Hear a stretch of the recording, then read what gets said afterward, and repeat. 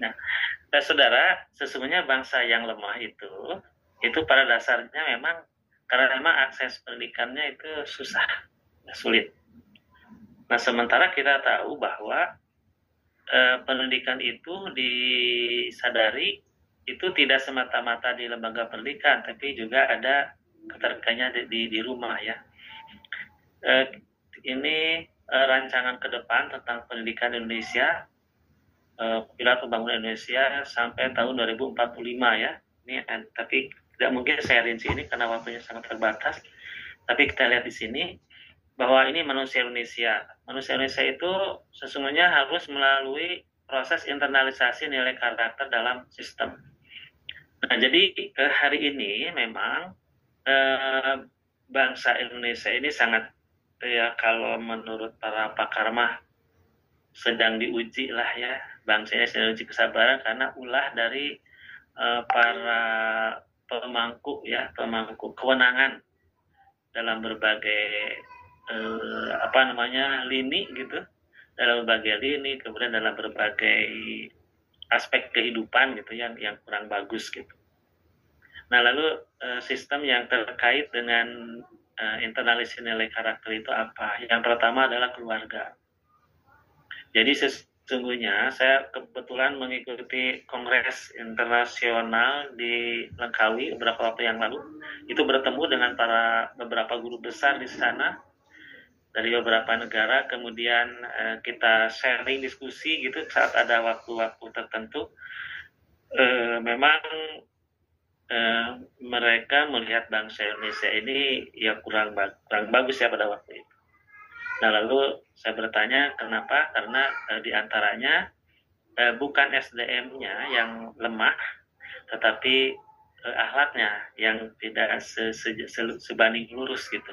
Nah, ilmunya tinggi karena pelakunya adalah kaum terpelajar.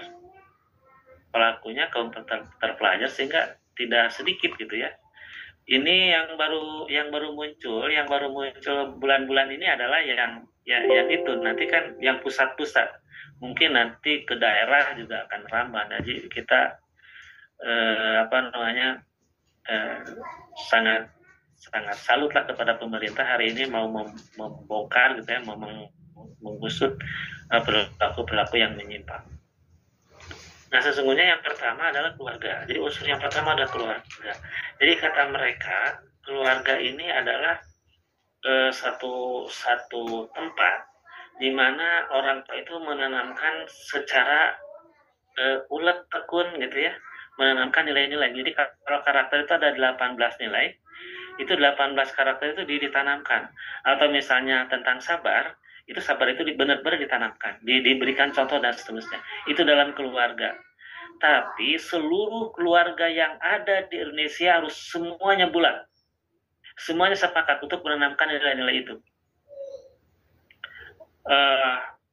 Keluarga yang ada di kota, keluarga yang di pelosok-pelosok, semuanya gitu, kompak gitu. Nah, kalau tidak kompak mah susah.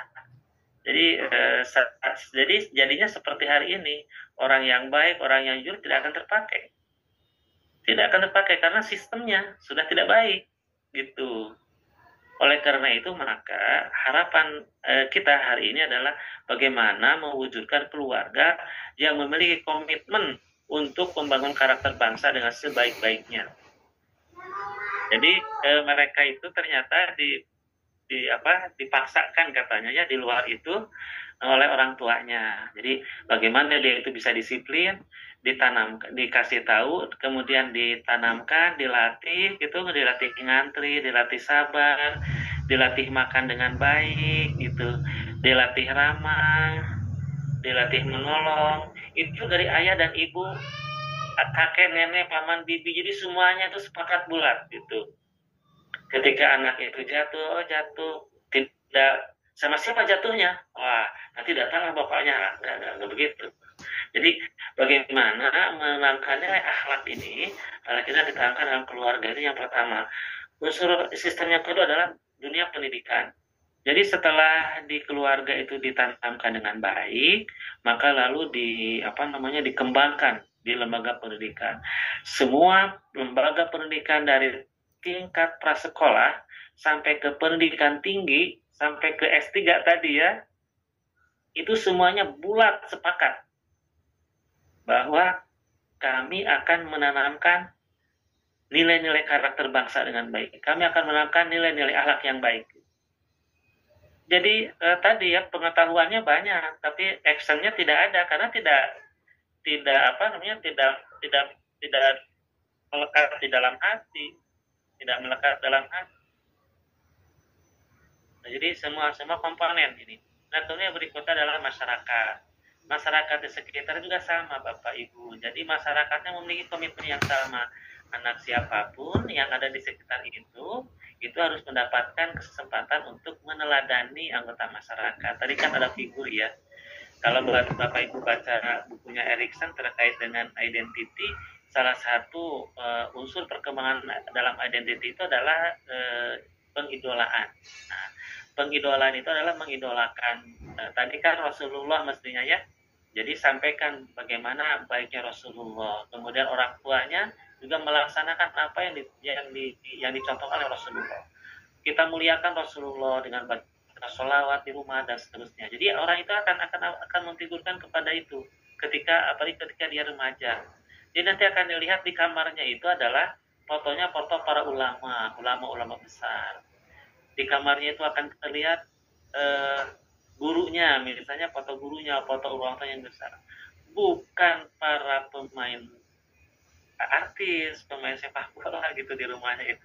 Silakan aja dicek di kamar-kamarnya, di dompet-dompetnya, di kantongnya itu. Siapa sih yang menjadi figur mereka? Nah, pengidola itu merupakan salah satu unsur yang dimiliki oleh anak kita. Ketika ditanya, kamu nanti mau jadi apa? Saya itu mau seperti bapak. Nah, idolanya adalah bapaknya. Jadi bapaknya ini tadi harus menjadi orang yang terbaik bagi anaknya. Gitu. Kalau hari ini orang tuanya tidak menyuruh terbaik, ya kayak tadi tuh, anak-anak bahasanya kasar, keras. Nah, kayak gitu.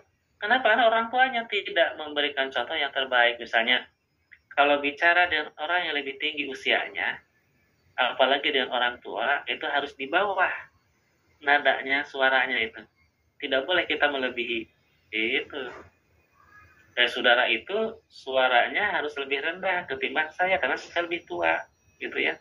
Kumisnya juga sudah putih dan seterusnya. Nah itu. Nah kemudian berikutnya adalah masyarakat hari ini memang kurang peduli. Di sini siapa tadi itu? Pak Saipul datang ke Bandung, ya di alun-alun Bandung tuh ngabuburit. Kemudian ada remaja yang bergandengan tangan. Berani nggak Bapak sebagai anggota masyarakat Bandung menegur dia? Berani nggak Pak? Lihat situasi dulu Pak. Kan gitu. Padahal kalau sepakat bulat gitu ya, buat ini anak-anak didik kita gitu ya.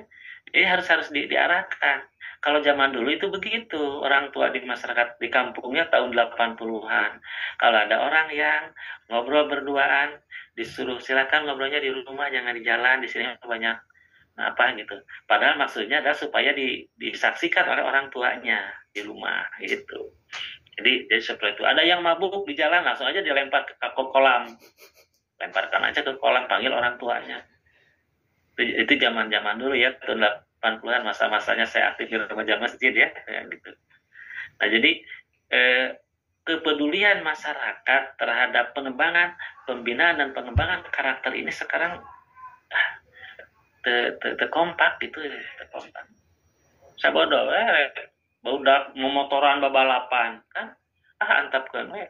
Mengapa begitu? Karena memang ada hal lain, misalnya ada HAM, Pak Saiful. Sekarang itu kan ada HAM. Jadi kalau kita menegur itu, nanti ditanya, apa kewenangan Bapak menegur saya? Itu Pak, mereka itu. Bapak ini sebagai masyarakat, bukan polisi. Makanya masyarakat sekarang acuh tak acuh, maka Bapak polisi lah yang sekarang yang suka mengejar-ngejar balapan-balapan dengan knalpot yang keras, yang ngong-ngong gitu. Kita itu nggak bisa. Karena ini sistem, ini ada sistem negara. Sistem negara ini yang terakhir. Sistem negara ini harus kompak. Kelihatannya hari ini pihak pemerintah nih bulat nih untuk apa namanya, mengembalikan citra positif bangsa Indonesia dengan menggunakan apa namanya, kewenangan hukum di pihak pemerintah. Jadi KPK sudah mulai semangat, gitu, kejaksaan semangat dengan penuh keberanian karena Bapak Presidennya siap mati untuk membangun bangsa dan rakyat Indonesia. Nah, gitu. Keren. Kita ini saya punya harapan besar ke depan. Insya Allah jangan putus asa. Asal ini nih ketiga usut dalam sistem proses internalisasi ini berjalan dengan baik. Nah maka ini apabila hal ini berjalan dengan baik, maka kita akan melahirkan manusia-manusia yang unggul, menjadi bangsa yang unggul. Jadi tadi kan ada di sini ada 20 tahun ke depan nih, 20 ke depan nih kita akan unggul nih targetnya, kita akan unggul. Nah, kita bisa berperan di sini di pendidikan karakter.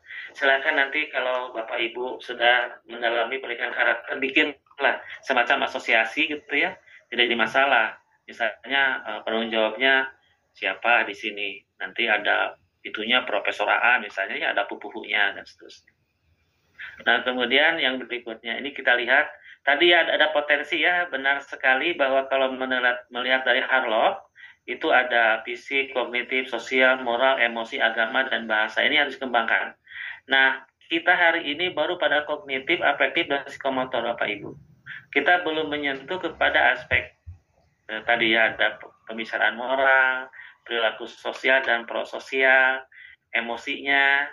Emosinya itu kan harus stabil. Orang yang sehat itu emosinya stabil ya.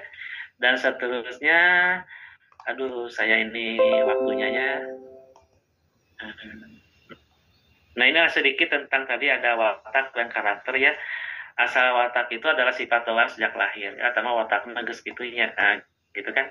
Jadi bawaan sejak lahir dan sifatnya batiniah. Jadi aya dina manah, dina hate gitu. Kemudian ciri khasnya membedakan individu dengan individu yang lain. Jadi sangat pribadi sekali ya, sangat pribadi sekali. Jadi antara si A dengan si B itu bisa kelihatan dari watak gitu.